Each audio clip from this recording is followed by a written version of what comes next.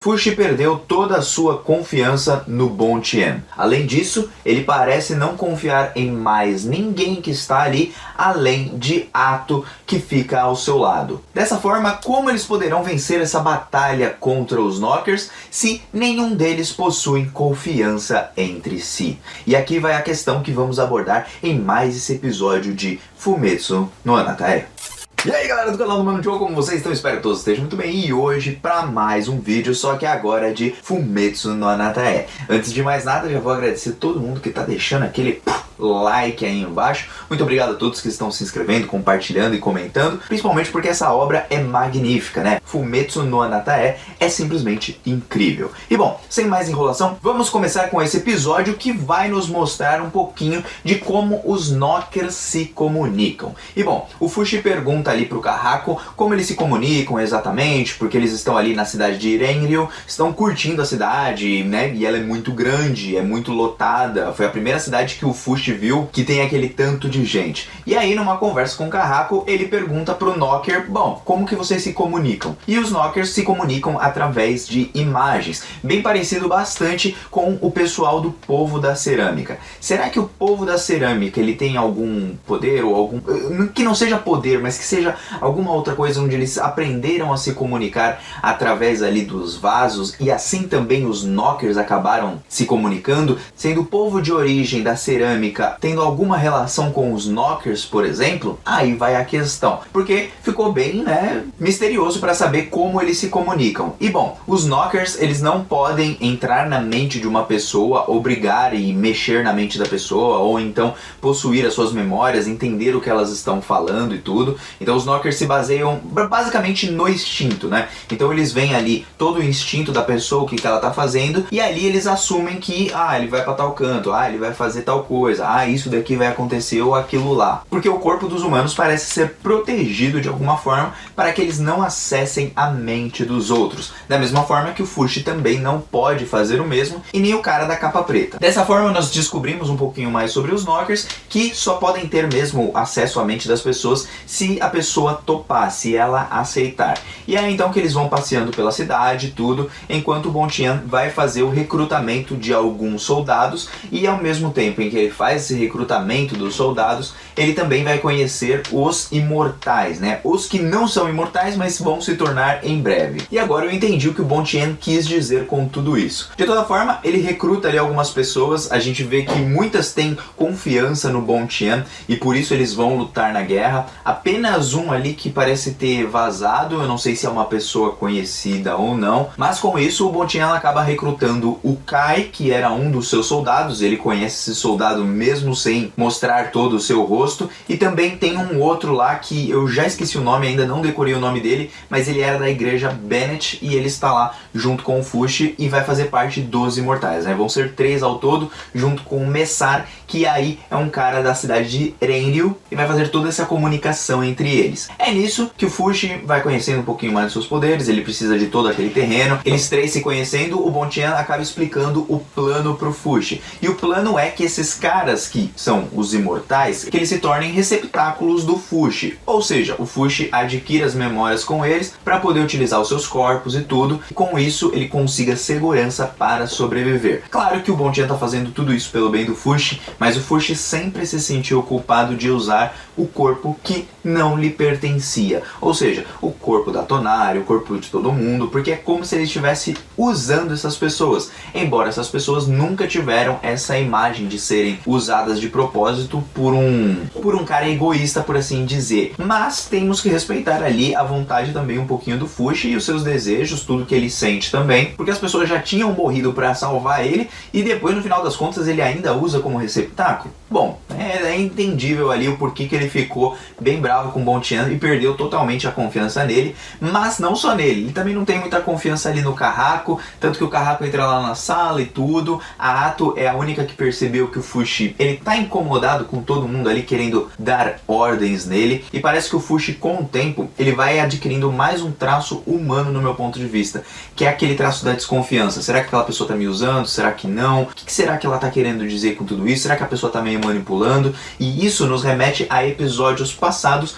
quando aquela mulher lá, junto com o filhinho, né, começou a discutir com o Fushi, dizendo que ele queria manipular a pessoa, dando dinheiro, dando algo em troca, apenas para manipular eles, porque eles eram pobres. Isso é muito interessante de notar, porque depois que o Fushi pensou naquilo, ele ficou imaginando várias vezes. E talvez agora, com todas as coisas que o Bon Tian tá fazendo, querendo utilizar 3 pessoas para se transformarem em seu receptáculo ali, para garantir a segurança do próprio Fushi, para ele continuar vivendo, se protegendo dos Knockers e conseguindo proteger as outras pessoas, ele não curtiu muito isso, mas é uma estratégia assertiva. É o que o Bon Tian faria, até porque se ele tem poderes, é bom que ele use esses poderes, mesmo que esses poderes se tratam de usar os corpos de outras pessoas ao seu redor. No final das contas, você usa, mas pelo bem de salvar alguém. Se ele quer salvar todo mundo, então ele precisa desses poderes. Ele não pode negar esses poderes que foram dados a ele. É uma bela discussão e eu gostei bastante da reação do Fushi nesse momento, porque ele tinha que ficar bravo mesmo, não poderia ser convencido assim de um dia para o outro, mas gostei também da atitude do Bon Tian de falar a verdade. Só falta falar agora que ele pode ressuscitar as pessoas. E aí a gente começa a entender um pouquinho também sobre os próprios espíritos. Olha só, né? Aqueles que seguem ali o Bon Tian, eles falam que eles iam pro céu, tecnicamente, né? Eles não iriam mais ser almas penadas, por assim dizer, mas eles tinham alguma coisa mal resolvida e por isso, mal entendido, alguma coisa assim, eles sentiam que eles deviam continuar ali com a vida deles, né? Como espírito e tudo vagando por aí.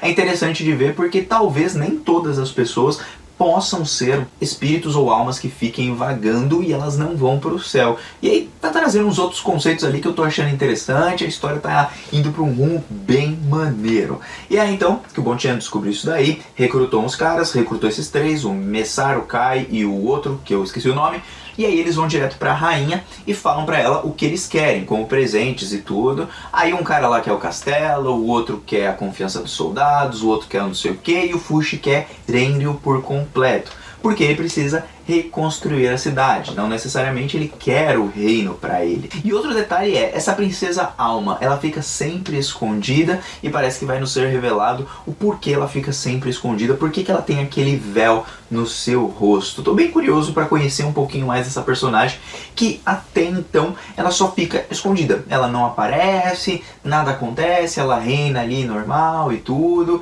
É bem interessante, né? Eu gosto de ver essas outras histórias paralelas que Fumetsu traz pra gente. Bom, de toda forma eles acabam entrando em acordo com a rainha, mas desde que eles busquem a confiança do povo, a confiança dos soldados, e também para conquistar toda a Renryu, eles mesmos precisam fazer o seu próprio trabalho. E aí então, o Messar e o Kai, eles estão jogando ali um joguinho que eu esqueci o nome, é Gamo, eu esqueci qual é o nome desse jogo. Mas de toda forma eles estão lá jogando, o cara tá ganhando, e aí o Fushi vai trocar uma ideia com ele. O Fushi, na verdade, ele tá bravo porque ninguém tá querendo ajudar ele a conhecer Renryu totalmente, e ele já tá querendo falar direto com a rainha, ele já quer resolver tudo muito rápido, já quer salvar todo mundo logo de uma vez, e ele tá muito apressado, por isso ele não tá usando muito bem a cabecinha, e o cara que estava perto dele, que era o Kai, que tava lá jogando, ele fala assim, ó, senta aí, vamos jogar um pouquinho, vamos trocar uma ideia.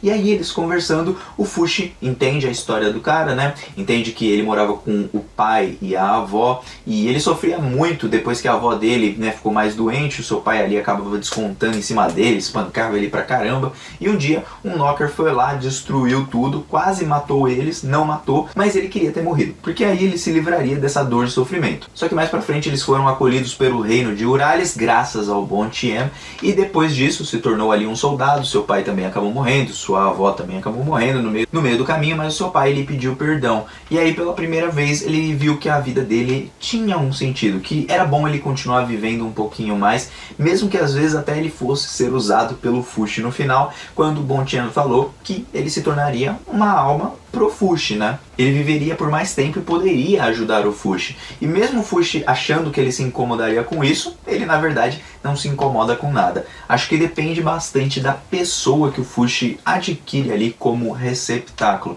Então basta ele entender um pouquinho o objetivo de cada pessoa e como cada pessoa pensa, antes de pensar que apenas o que ele sente dentro da sua mente é o sentimento verdadeiro de cada pessoa que está sendo usada, entre aspas, né?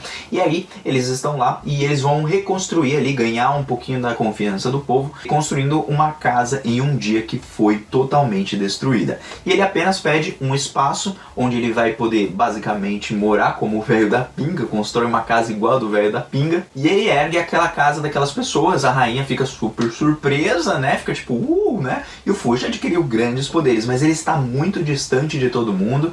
E nós vemos outra coisa também nesse episódio, que é que o povo da cerâmica, né, a Ato, ela parece sentir as mudanças que acontecem ao redor. Então é diferente, esses caras aí, como eles viveram em cavernas, provavelmente eles devem ter um sentido mais aguçado do que os humanos que vivem na superfície, né? A gente lembra lá que eles viveram basicamente em cavernas e sempre fazendo aqueles vasos e se comunicando através deles, imagens, telepatia, alguma coisa desse tipo. E é ali que terminamos o episódio. Gente, foi um episódio legal pra caramba, interessante. Eu gostei dessa parte do Fushi ele perder a confiança, mas não confiar no Bontian logo depois que o Bontian fala alguma coisa que faz sentido pra ele. Porque fez sentido. Tanto que ele fala assim, tipo, opa, ele falou alguma coisa interessante. Como é que eu quero salvar alguém se eu não usar meus poderes? E pra usar meus poderes, infelizmente, eu tenho que usar os receptáculos de pessoas que eram muito queridas por mim. Então, ele coloca na cabeça do Fushi pra pensar. Aos poucos, o Fushi não vai crescendo só como ser humano, mas também na inteligência, pensando um pouquinho mais, agindo menos impulsivamente em alguns momentos. Antes, ele ia parar e sair correndo. Vocês se lembram? Em episódios passados, ele saía correndo e ia enfrentar os Knockers. Não chegava lá a tempo, não adiantava de nada. E aí já tinha que voltar porque os Knockers já estavam destruindo outro lugar também. Então você vai vendo ali que o Fushi antes ele era mais impulsivo e agora ele pelo menos escuta mais as pessoas. E outro traço muito humano que ele adquire é a parte da desconfiança. Conforme você vai crescendo mais, sendo menos inocente, por assim dizer, vivendo mais tempo, você vai sabendo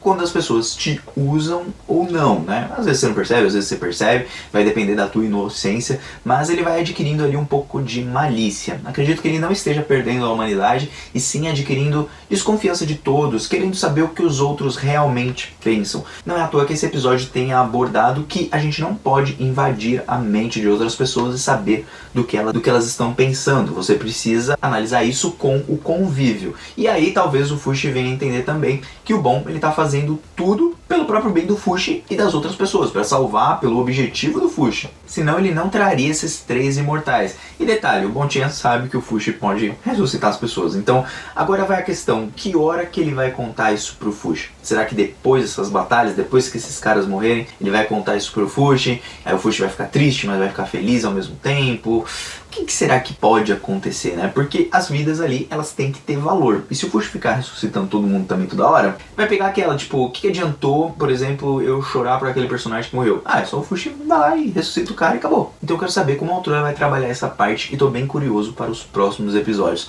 Vários questionamentos, reflexões, confiança, desconfiança. Gostaria de saber o comentário de vocês também. Comenta aí embaixo, não se esquece. E sabe, né? Eu te aguardo no próximo vídeo. Até uma próxima. Beijo no coração, fui e valeu. Ui, chutei um negócio aqui.